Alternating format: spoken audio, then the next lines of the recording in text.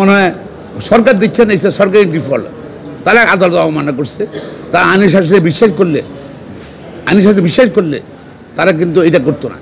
আপনার assistance in making decision, election commission বলেন, সরকার বলেন, প্রধানমন্ত্রী বলেন, রাষ্ট্রপতি বলেন, যে কোনো উপর নিতে পারে লয়ার থেকে, সে প্রিভিলেজ ডকুমেন্ট।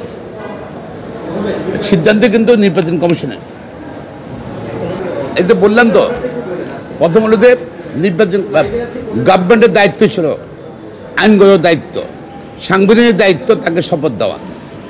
শপথ সে চেয়েছে, যদি শপথ কেউ না নেয় 30 দিনের ভিতরে, তখন তার মামলা আর কোনো আইনগত অধিকার থাকে না।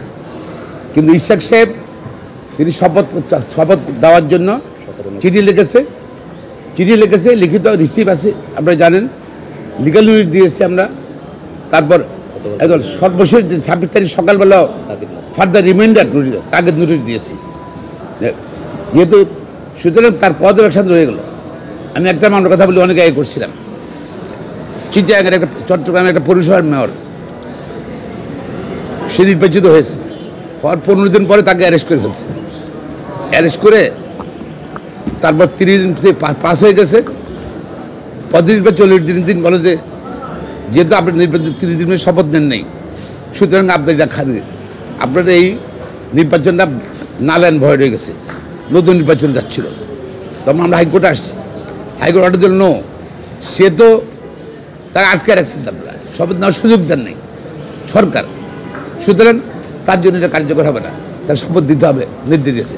ইশাক তো শপথ চেয়েছিল 30 দিনের ভিতর, যেহেতু সরকার দেয়নি, ইশাকে তখন ফল নাই, সুতরাং আইনগতভাবে সরকার দিতে হবে। সে ডিমান্ড করছে, সেই জন্য ডিমান্ড করতেছে, এখনও ডিমান্ড করতেছে। তার কিন্তু আইনগত অধিকার রয়ে গেছে তার পুরোপুরি। তো আমার মনে হয় সরকার দিচ্ছে না, সরকারি ডিফল্ট। তারা আদালত অবমাননা করছে। তারা আইনি শাসনে বিশ্বাস করলে তারা কিন্তু এটা করতো না। আর বলছে যে আর চট্টগ্রাম অলরেডি দিয়ে দিয়েছিলাম তারা।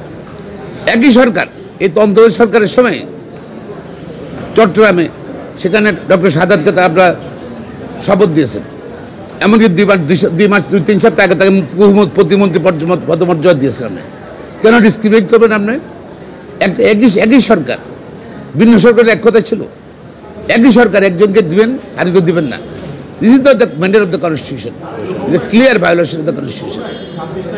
কজ অফ অ্যাকশন রয়ে গেছে, ইশাকের কজ অফ অ্যাকশন রয়ে গেছে। ইশাক তো দাবি করছে সরকার দেয়নি, সরকার দিয়ে বাধ্য আইনগত হবে।